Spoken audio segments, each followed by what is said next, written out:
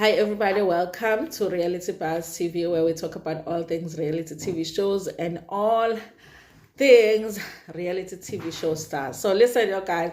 Of course, I'm feeling calm now when it comes to the Real Housewives of Durban, the reunion show, because I did vent on that other video about how I was feeling about it, you guys, especially regarding the host, because I wasn't happy with it. So I'm just surprised that other people are saying he did a good job. I'm like, what show are you guys watching? Okay, listen, you guys, but yeah, I accept that, we all have different opinions. I didn't like how he just was not asking the right questions. I wanted more, you guys. I wanted more. Anyway, you guys, I want to talk about the just a few things that he mentioned in part one of the reunion, you guys. And they talked about the healing event. Remember the healing event that Usorisha had organized right at the beginning of the season. And they talked about how or what that event was meant for. Remember, season 3 had ended the same way that season 4 ended, and I guess really honestly it didn't work this this event, because it was supposed to be like the foundation of the season, where let's talk about all of the issues we have with each other or against each other. Let's resolve them right at the beginning of the season, so that as we move forward we are starting afresh. Okay, I think it really... Enter password. What the hell? Enter password. I don't have a password. It really should have been an opportunity for them to address certain things, so that maybe they have a more friendly season, but it didn't work, you guys. So when they asked Jojo, the thing that for me, I did not expect was that when Jojo was asked what is one issue that she should have addressed at the healing event that she didn't, as she says that the problem that she had an issue with was Sorisha. And it's because of the Sane situation. She really had a hard season, and it's all because of Sane's situation. Now, you guys, I was trying to think, why would Jojo be blaming Sorisha for the Sane situation?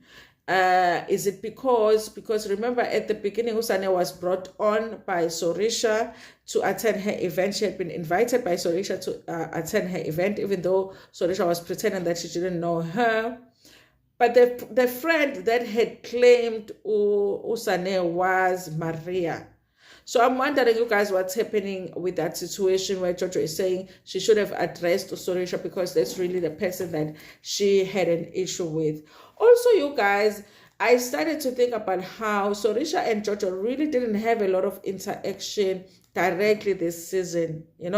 They had issues with each other, but they didn't even take the time to sit down and address them. So I'm starting to wonder if they really even did care about each other that much, because if you care about the friendship, when it ends, you're just going to have that sit down to just say, friend, what's happening here? Remember in season 1, you guys, when Sorisha had a choice to choose which friends she was going to take with her on a helicopter, she chose Emmy and she chose Jojo. Who else was there at the time? And Abononku. Oh no, they had to drive, okay? And remember how Jojo really defended Sorisha when it came to that situation, because the other ladies were not understanding. Well, it was Nonku who did not understand why she wasn't chosen.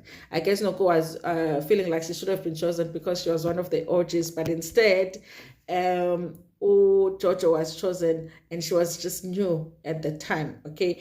And they had some kind of a friendship with Jojo and Sorisha, and to this day, you guys, they really haven't had a sit down where they really sort out their friendship, like what's happening, are we friends or are we not? It's like they just given up. So it makes me feel like, hey, it means they really didn't even care that much, because even with Unonku, I feel like Sorisha and Jojo were more friends than Unonku no Sorisha. But Unonku no Sorisha have actually had a sit down. Remember, they had a sit down. They were talking about their friend. They even talking about how Unonku has changed now. Unonku is a new Unonku and all of that. And even though they shade each other a lot, Unonku no Sorisha, but it's almost like they have an understanding as the OGs. So they'll be fighting, but they'll have moments where they come together. So I'm feeling like I wonder why Jojo no Sorisha never do that. Even Sorisha had that sit down with Maria, but we've always known because Maria doesn't like Sorisha. In fact, Maria hates Sorisha, okay?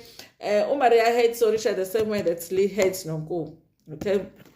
But that was a situation, you guys, I was trying to just think about it. What is it? Is it because Sorisha brought Usane to the situation, or was it because when Usane would say things, remember at some point she even had a problem with Jojo, Usorisha would take the side Kasane. There was a time when Usorisha took the side in Kasane. Maybe there's a problem that Jojo had, you guys. And then I did mention on my other video that they also, Maple also talked about the triggers. She was asking Jojo, do you think that women on this platform use triggers against each other? I think definitely, you guys. I think that when you are fighting with if you say someone is your friend and you're fighting with your friend, you don't go for the jugular. Like, if you know that this is something that triggers your friend, even when you are fighting, you don't mention the very thing that you know for sure hurts their feeling. You're just going to go with the petty stuff, like, the stuff that is not so deep. But with them, they know. For an example, you guys, they know that the alcohol and RD situation is going to trigger her. And when somebody wants to get to Nonko, they're going to mention those two things. And I also feel like Nonko's drinking situation has been an issue. People have been saying Nonko doesn't even drink that much. She can still run her business. And I'm like, yes, people struggle with drinking. They can still function sometimes. They even went and showed us a clip where Nonko was saying that she can't she can't go to bed without a bottle of wine. That is not normal, okay? That is a problem with alcohol, okay? So everybody goes through those issues when they want to, get to Nonko. And also Nonko has a problem communicating, okay? She has an issue where she can't articulate herself, and they know if you point out when she's trying to come for you and then she says something wrong, English word wrong or whatever, and it's not that she doesn't know English, but she would just say the wrong word because she's just like heated. When you point that out, it's going to trigger her. And then with Sorisha, you guys, her looks and her husband. But okay, I think husbands, you guys, it's everybody's trigger. Just don't talk about my husband. Okay, if you want to see me go crazy. The husband is everybody's trigger. The kids and the husband is everybody's trigger. But I think with Sorisha, her look as well, you guys. Remember, Sorisha went through, she was a beauty queen, guys, and at some point made a decision to bleach her skin because I guess she wasn't feeling beautiful enough because, like Indians, it's the same as us black people, where there's this thing of yellow bones are more beautiful than, ice chocolate bones. I don't know where they got that from. But for some reason, that's what they think, okay? So she had, that if you talk about her skin, but I think Usorisha knows how to handle her triggers because she will say it before you say it, okay? Even the skin bleaching thing, she talked about it earlier on in the season. There was something she did it. She's like, listen, I'm not denying that I did it. It's all in my past. And so they know that, and they know the husband is going to trigger her. That's the reason that Maria, which I'm looking forward to, I guess maybe that's the only thing I'm looking forward to when it comes to next season, is Maria defending herself when it comes to her coming for Sorisha's marriage. Because here in this part of she had a problem with them coming for her marriage, that the ladies were sitting having a conversation about her marriage, about what's her ex-husband Minoli. I'm still not understanding, you guys. They divorced, but they were supposed to get back together, but they didn't. Then it didn't work, whatever. So she had an issue with that. She says that they were sitting at the table talking about that situation, which means now there was her trigger, the husband and the lips. Okay, now she was in one diary session talking about Sorisha's marriage. Remember, she was laughing at Sorisha when Sorisha was saying that she what do you call it, the thing that you won't tolerate in your marriage. What's the word I'm looking for?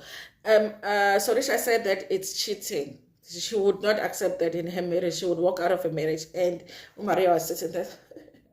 What does that mean? Okay. But she is mad when they are talking about her situation. So for me, I just feel like that Maple had a point there to say they use triggers against each other. With Jojo, it's the husband is the intelligence. Okay, if you act like she's not intelligent enough, that is something that I feel like she struggles with the most, you guys. And then it's funny how Sorisha and Maria have the same triggers, because it's the look and the husband too. With Maria, remember she said she grew up feeling like she wasn't beautiful enough. There's always something that people will pick on. Listen, you guys, young women, the solution to that is, try and see the things that people might see as imperfect in your body before everybody else. Like, identify those things for yourself before everybody else, and make sure that you know and you are aware of those things,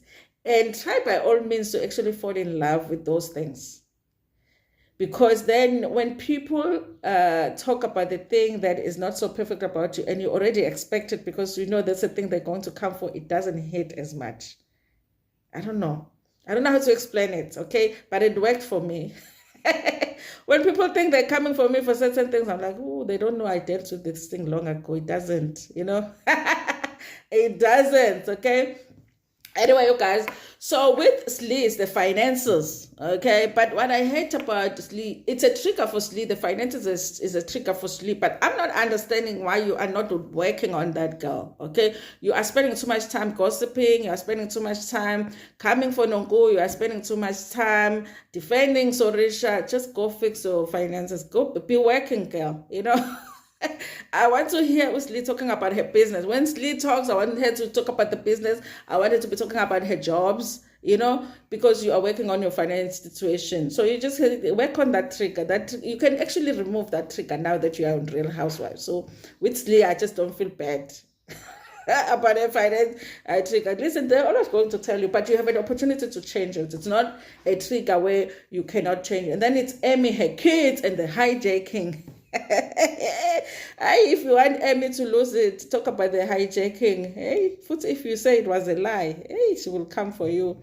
And then Angel is the age and the family. Okay, you can't say she's a kid. She's the only one that is supposed to say that she's a kid. So all of these triggers, you guys, they know about each other, and they know that if you say this thing about this person, they're going to be triggered. Okay, and as women, we will pretend that we know that we are not supposed to do that, but we do it. That's a thing, because there's really no sisterhood out here. But this is also a reflection of true life, you guys. Outside out there in the world, this is what women do to each other. We would love to think that we don't do it. We would love to think that we have sisterhoods in friendships, in communities, and all of that. But women are the ones that do this a lot. I can bet you that men don't even know what triggers are, because they don't even use them against each other like that. Okay. Then you guys, they talked about the fashion. Of course, they had to say Sorisha took, the award when it comes to this. I really feel like Sorisha, whoever was styling her, especially for the diary sessions, did a really good job, you guys. I also liked Nonko this season when it comes to the fashion for the season, and also the looks on the diary session. So I think the OGs, Usorisha no Nonko took it, but Usorisha more, you guys. Her looks were just different and really lovely. I liked it, you guys.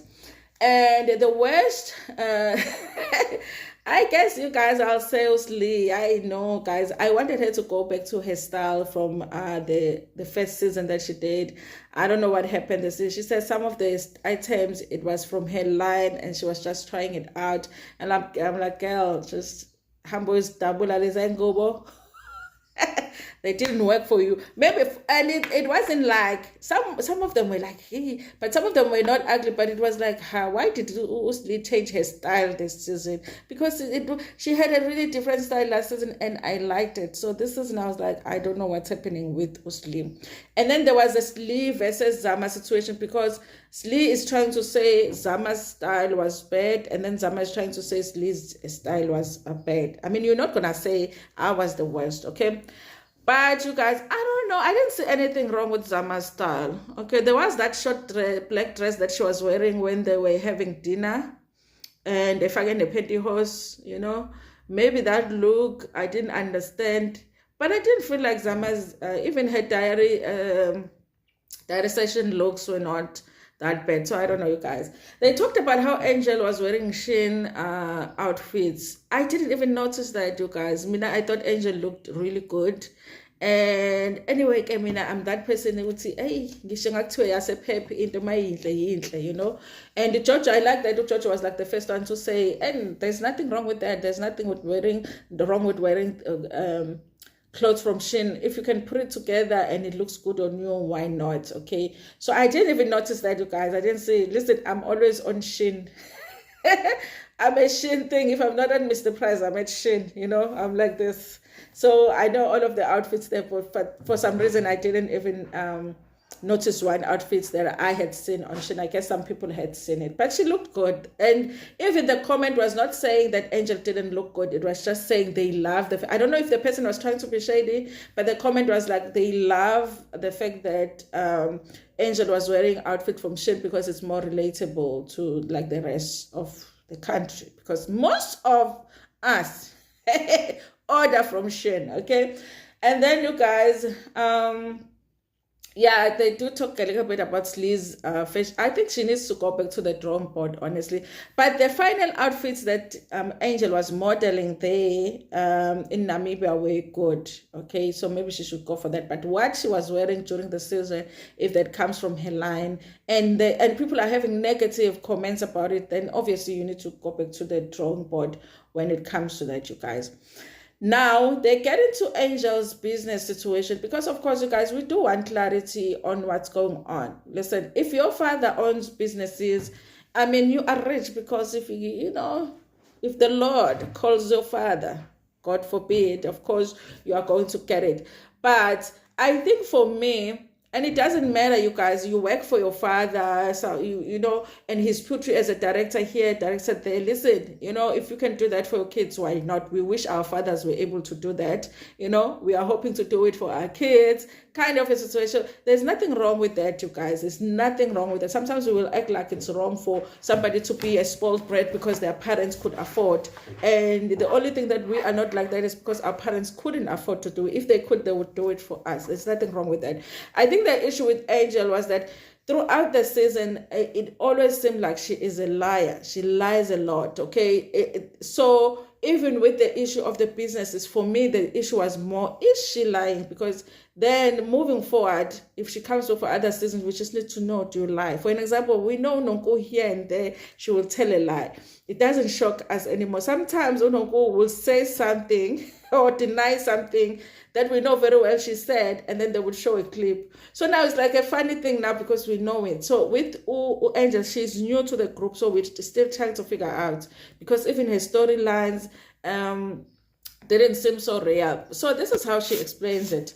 She says that she has a company that is registered where she sells clothes. So she's like, she doesn't understand how people think that is her father's business. And then she also sings. And then there's a third thing that she said, okay? Yeah, there's a third thing that she said. And those are her businesses. And then she says, then the taxi business and the construction and all of that is her father's businesses, but her father has put them as the kids as, I guess they own the business that the father runs, okay? That can be looked at in different ways, you guys, because sometimes people would do that to avoid certain things. So I was like, it could be that her father is just preparing for, the day that the Lord calls him, God forbid. But I was like, hey, sometimes it's fine. Why is he putting his, under his, if you know what I meant. But guys, I live in Durban, so sometimes I have to be careful what I say about certain people, okay? So she says that. The thing about that, you guys, is that she still gave us an impression that the construction business was hers. She did say that she worked for her father in the taxi business, but the construction, she gave us an impression that business is hers. She was even the one that has all of the certification. That is where Uma Blair didn't even do us justice in asking those questions. Okay, Angel, we get it now. We get it. It's your father's business. You are just the director. It's your father's business, But you took it as she said, I've been in construction for whatever years. So I was like, something is off here. And also, you guys, with the boyfriend, she said she didn't live with the boyfriend because I thought they lived together. I think it's because the very first scene that they shot, they at that place, the apartment or the house that they were at, when they were showing each other the house plans and all of that. I think that it was reasonable for us to assume that they live together, but at the same time, she did not say that they live together. I think we made that, and most of us made that assumption that they didn't. And also because they were talking about having the kids, the marriage, and all of that, and looking at the plan of the house, we assumed she didn't say it. So I will give her that. It was us who assumed, okay? She still insists, you guys, that that was a real relationship. And she did point out that when her boyfriend's sister came and sat down with Sorisha, she said that she knew Angel because Angel was dating her brother.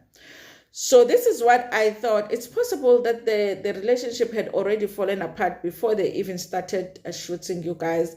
But I think the boyfriend just came back to do you a favor because maybe he still cares about her. And he was like, no, I can come back and we can do a few scenes and that's it. Because it just didn't seem, it just was, it was crazy that one moment, house plan, kids, whatever, you are telling your mother that the guy is ready to marry you, and then the next thing is over. It just, like, at least show us the journey, and then you having a fight or two with him, and then the breakup, okay? So it seemed like, it looked like Kenya's situation on Real House. I remember Kenya used to have boyfriends that they would say she's renting, and then they would be he should be introducing the boyfriend this season, the next season the boyfriend is gone, and be like, how you were ready to get married to him, now what happened?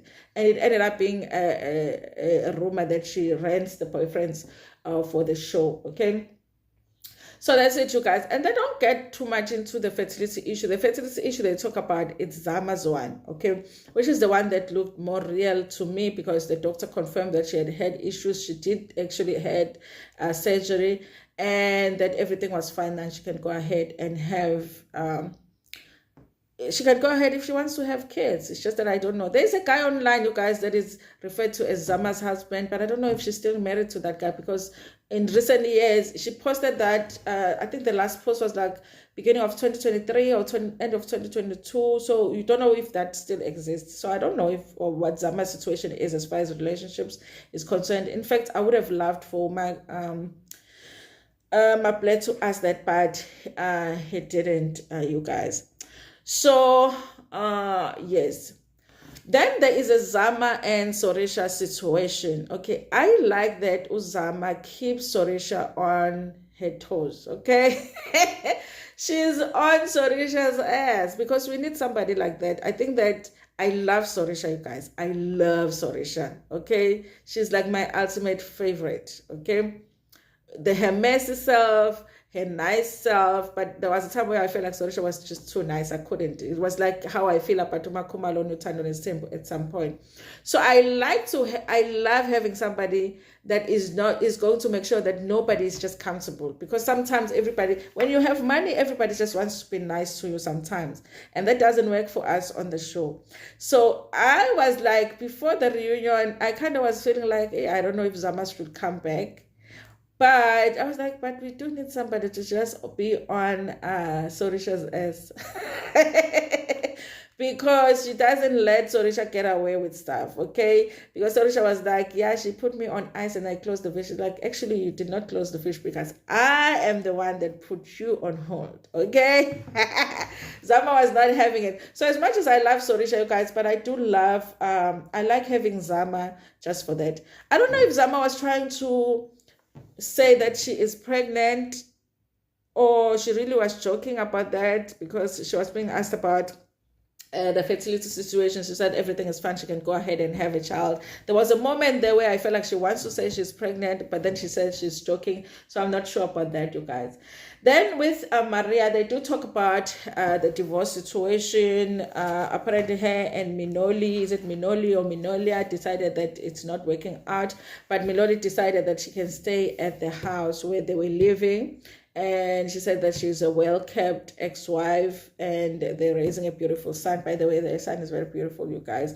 So, excuse me. Of course, she was mad about the fact that Sorisha and Sli were discussing Minoli because Usli was like, you know what, Minori hasn't been around. They're wondering what's happening and all of that. So she's mad that they had that conversation because, like I said, you guys, everybody's trigger is the husband. Don't talk about the husband. Don't talk about their kids. They will be triggered, okay? So she's mad about that. But I'm looking forward to it being turned around next episode so that I can hear how she defends herself in making certain, comments or reacting a certain way every time they talk about Sorisha's marriage, because she's trying to say to us, she might say, because I never said anything, but I know that you're trying to give us a clue that something is off with Sorisha's marriage, but you're not saying it. It's the way that you react every time they talk about it. So now we want to know what's happening with Sorisha's marriage, you guys. And then they get into the hijacking Amy. Initially, you guys, at the beginning of the season, I thought Amy has one ex-husband, and I thought it was a person that dated London. But now, towards the end of the season, we find out, no, there's actually two different people. There is the scammer, and then there is a drug dealer. And then there is the one that, sometimes I'm not sure, number three. And there's the one that London I dated, you guys. Listen, I don't know where Emmy gets these men, okay? Wherever she gets them, she needs to look somewhere else, because a drug dealer and a scammer, just one woman has dated both. Are you looking for them? Is that a requirement for you that they must at least have broken a law or two before you date them? It's like, where are you finding these men, So, yeah, they talked about that, and I guess Mabula was trying to say, because she was saying that the other guy, she was defending the other guy, saying he is not a drug dealer, he is a scammer. Mabula was like, you talked about it as if one is better than the other. And she said, actually, it is better that it's better for somebody to be a scammer than a drug dealer. And I thought about it and I was like, unless you're scamming me, I agree. If you are scamming me, then, it's the same. Scamming, drug dealer, all the same. But I guess, I was thinking about it and I was like, no, she's probably right. So she clarifies the London situation. She said London dated the one that was a scammer while she was still with a scammer. Okay. So I guess it would have been an interesting thing had London come back to the show while Amy was there. Maybe they did try to get her, you guys. By the way, I don't know if Londi is coming. Londi, Nonko's Londi, the other Londi, if she's coming for the reunion, you guys. And I know that, what his name, the husband, Maria's husband is there. The way I don't like the husbands, guys. And it's not personal. I just don't like the husbands for the show. I feel like they waste our time. I really feel like they waste that time. I just only want to see the women. I want the women to resolve the issues. And also, I feel like I don't like the husbands because they forget that they are men, and they'll be acting like they're women. They'll be confronting women, getting on women's faces. Now we have to come out here and not say those things because, of course, the alphabet community will be coming for us if you say anything that is close to being wrong. So I just feel like they must have their own shows, real husbands of Devon. I don't like the husbands, you guys. But it looks like O'Neill is going to be there, I guess, because he has an issue with Sorisha, Like, even that is not making sense. Neil has an issue with Sorish. So I don't like the husband, but he is there because I saw the photos they were posting on Instagram that he's also there, you guys. I think I covered most of the things that they covered in this part of the reunion, you guys. Like I said, a lot of the things that, things that I really wanted us and for my play to go to. In fact, the person that is in charge should just be like, you know what, guys, you're not getting, because they can still do it. They can still just decide, listen, we're not going to give you part 2, scrap it, or they can just call the ladies, pay them for one extra episode, and just come reshoot the reunion, because we basically haven't had the reunion. We haven't had it. So, and reshoot the reunion and just, even if you do it one part, but plan it well.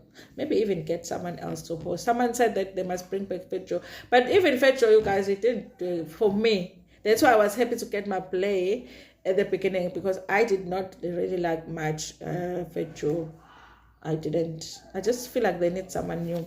Anyway, guys, thank you so much for watching this video. Please like it. Before Pumegona, tell me what was your highlights in this episode of the reunion. Share the video with your friends, with your family, and even with strangers.